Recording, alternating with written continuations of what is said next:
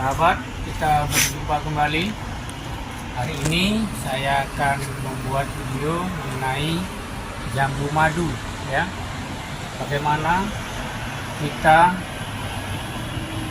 mengupayakan supaya bunga jambu madu ini tidak banyak yang rontok, bahkan tidak rontok begitu ya. Dan kemudian nanti bunga ini kita harapkan menjadi buah dan juga tidak rontok, ya. Ada beberapa syarat, setidaknya ada 3 syarat, ya. Selain dari memang pohon jambu madu kita ini sudah cukup besar dan memenuhi syarat untuk kita buahkan, ya. Saya termasuk orang yang sabar untuk menunggu, ya. Kita besarkan dulu batang dari jambu madu ini, ya.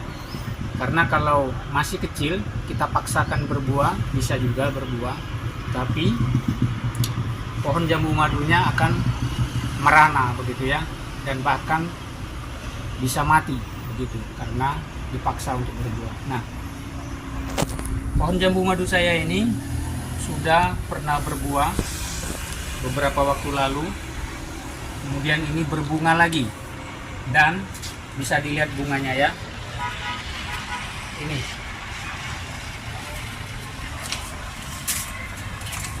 ya, lebat bunganya ya, tidak ada yang rontok ya, dan bunganya pentil, sudah mulai berbunga ya, sudah mulai mekar begitu. Ada yang sudah saya bungkus itu ya, ini sudah mekar saya bungkus, dan ini benang sarinya mulai gugur juga. Ini besok atau lusa ini saya akan bungkus juga ya. Nah, bagaimana cara untuk membungkus dan bagaimana syarat dari bunga jambu madu ini kita bungkus supaya tidak rontok, nanti video selanjutnya saya akan upload ya. Nah, hari ini saya khusus bagaimana trik kita atau treatment atau perlakuan kita ya terhadap pohon jambu madu ini supaya bunganya tidak rontok ya. Ini bisa dilihat ya, bunganya lebat ya, tidak ada yang rontok ya. Nah, ini bermekaran, tidak ada yang rontok ya. Nah, ini ya, tidak ada yang rontok. Nah, ya, jadi setidaknya ada 3 syarat. Yang pertama ya, jangan lupa kita setiap hari pohon ini kita siram dengan air secukupnya begitu ya. Nah, kapan waktu menyiramnya? Baik pagi hari dan sore hari. Jadi kalau memang sore hari tidak sempat, pagi wajib kita siram. Nah, kalau sore menyiramnya ketika kita pegang ini ya, ini kan panas ya.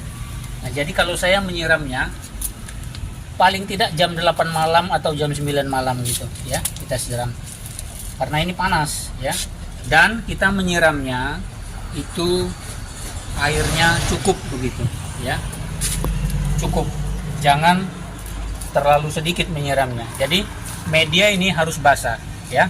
Nah, dengan cara seperti itu bunga kita jamin tidak rontok ya.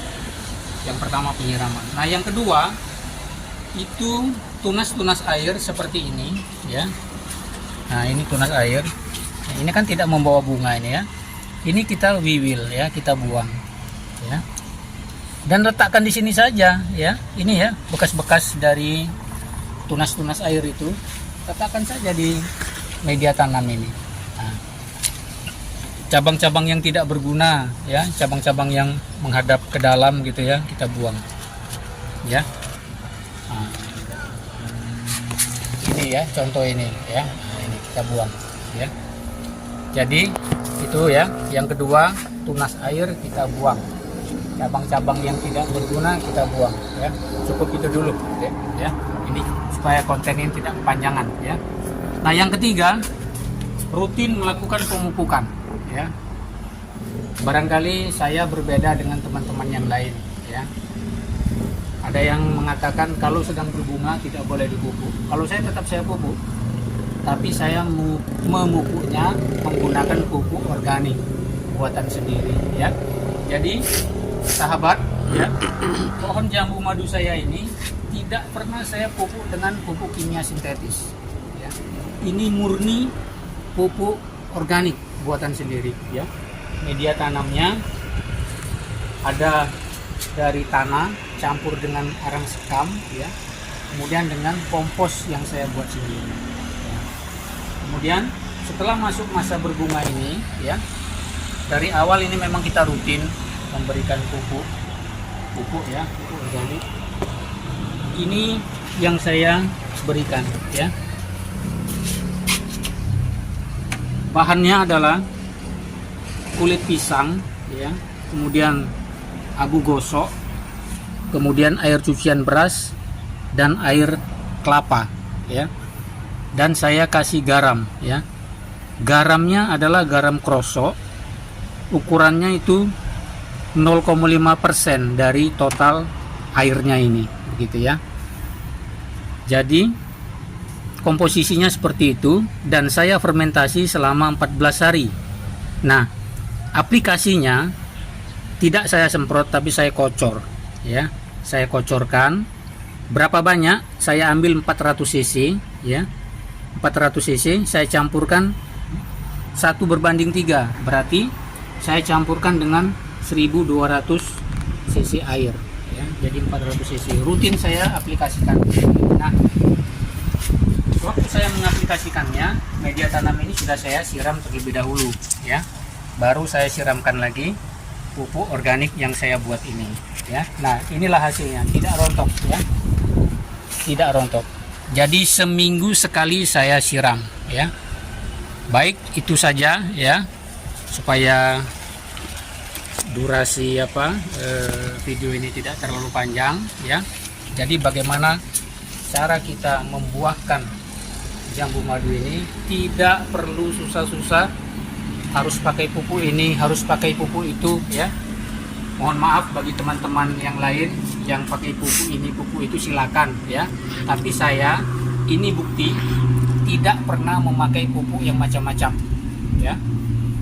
Jadi kita juga bisa bercocok tanam dengan biaya murah. Dan sahabat bisa lihat, ya, penampakan pohon jambu madu saya ini gagah, ya. Gagah, ya. Tajuknya lebar, daunnya lebar-lebar hijau, dan ini nanti setelah pembuahan pasti akan saya pangkas supaya tidak terlalu lebar, karena medianya juga kecil, ya. Hanya sekitaran 55 sampai 60 cm ini diameternya, ya. Dengan media terbatas, ya. Ini di pot Bapak Ibu, ya, sahabat, tidak tembus ke tanah ini, ya. Ini tidak tembus ke tanah, murni di pot, ya. Tapi bisa dilihat, ya, sahabat bisa lihat penampakan pertumbuhan jambu madu saya, ya, dengan pupuk murni, pupuk organik dan buatan sendiri, ya. Dari sampah-sampah dapur yang saya komposkan, saya pupukkan. Jadi kita bercocok tanam dengan biaya yang sangat murah, ya. Bisa jadi gratis karena dari limbah dapur, ya, limbah dapur kita. Paling kita beli memang arang sekam kita beli. Nah, kemudian satu lagi, untuk menjaga media ini supaya tetap ber-pH antara 6 dan 7, sebulan sekali saya kasih dolomit, ya. Tetap saya pakai pupuk dolomit, tapi pupuk yang lain-lain tidak, ya. Hanya pupuk dolomit dan pupuk buatan sendiri, ya. Demikian sahabat semua. Untuk video selanjutnya nanti saya akan upload bagaimana kita mempersiapkan bungkusnya, ya. Seperti itu yang sudah dibungkus, ya. Bagaimana caranya melobangi bungkusnya dan membungkusnya, ya. Kemudian bunga jambunya juga ada kondisi tertentu, ya. Tidak sembarang kita bungkus, ya. Kalau sembarang kita bungkus nanti pentilnya akan rontok, ya. Jadi saat yang tepat membungkusnya adalah ketika benang sarinya sudah gugur, ya. Jadi pentil ini bermekaran, benang sarinya gugur, habis. Nah, saat itulah saat yang tepat untuk kita bungkus. Dan mudah-mudahan, ya, sepanjang pengalaman saya, nanti ketika buah itu matang, kita buka, buahnya bebas dari ulat, ya, tidak terserang lalat buah, dia akan aman dan buahnya mulus, ya. Begitu ya sahabat semua, terus dukung channel saya dan kita terus berupaya untuk bercocok tanam secara organik supaya kita dapat menghasilkan bahan pangan yang sehat, gitu ya. Demikian, terima kasih untuk sahabat semua yang senantiasa mendukung channel ini. Sampai jumpa lagi.